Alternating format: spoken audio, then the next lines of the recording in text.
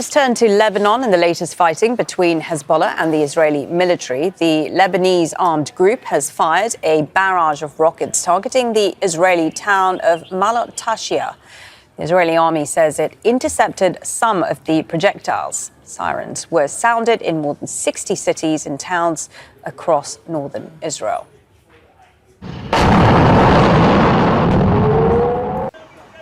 Now, Hezbollah has also fired at least 10 rockets at the Israeli city of Kiryat Shmona. Local media reporting 2 buildings were hit.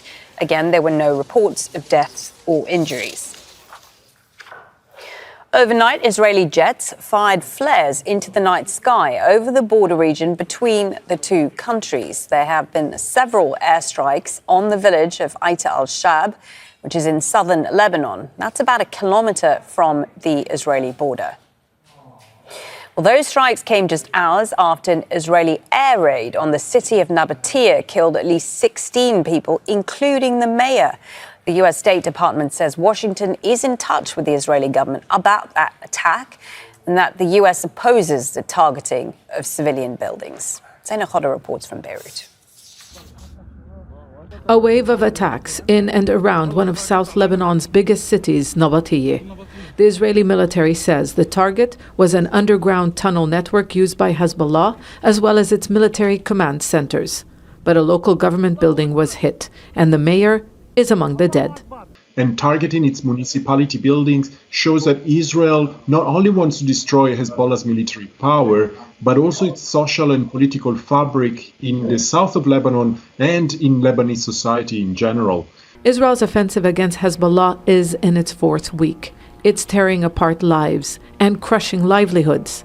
The UN says the military has escalated what it calls indiscriminate and large-scale air raids across Lebanon. For the first time in days, the Israeli military resumed strikes on what it calls Hezbollah's military assets in Beirut's southern suburb. This just a few hours after Lebanon said it received a kind of guarantee from the U.S. administration that Israel would ease its attacks on the capital. Hezbollah has told Israel the solution is a ceasefire and says it is ready to discuss other issues after one is implemented.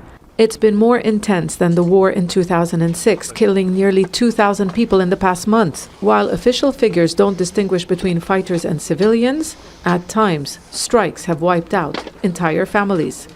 It's not clear whether Israel's campaign is limited to creating a new security reality. Its troops now operate across the border, or whether this is about significantly damaging Hezbollah.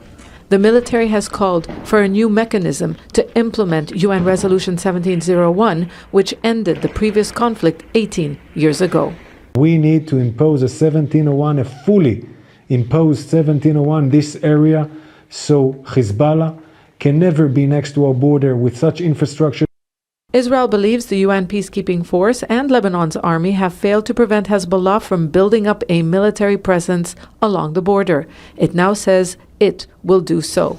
Hezbollah is still fighting back, expanding the geographical reach of its missiles and the severity of its assaults. It's still too early to declare the armed group defeated.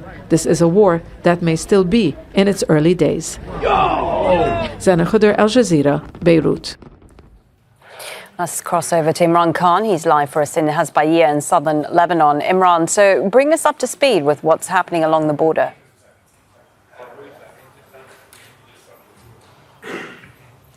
Well, absolutely no let-up in the Israeli artillery shelling and strikes. Even as I'm speaking to you, we're hearing artillery coming into the areas of Kafr Gila, Kafr Hammam and Khiam, which we have heard over the last few days, certainly since September 29th, when Israel declared that it was going to make a limited operation. However, about an hour and a half ago, 2 hours ago, a barrage of rockets leaving northern Lebanese territory and going into northern Israel.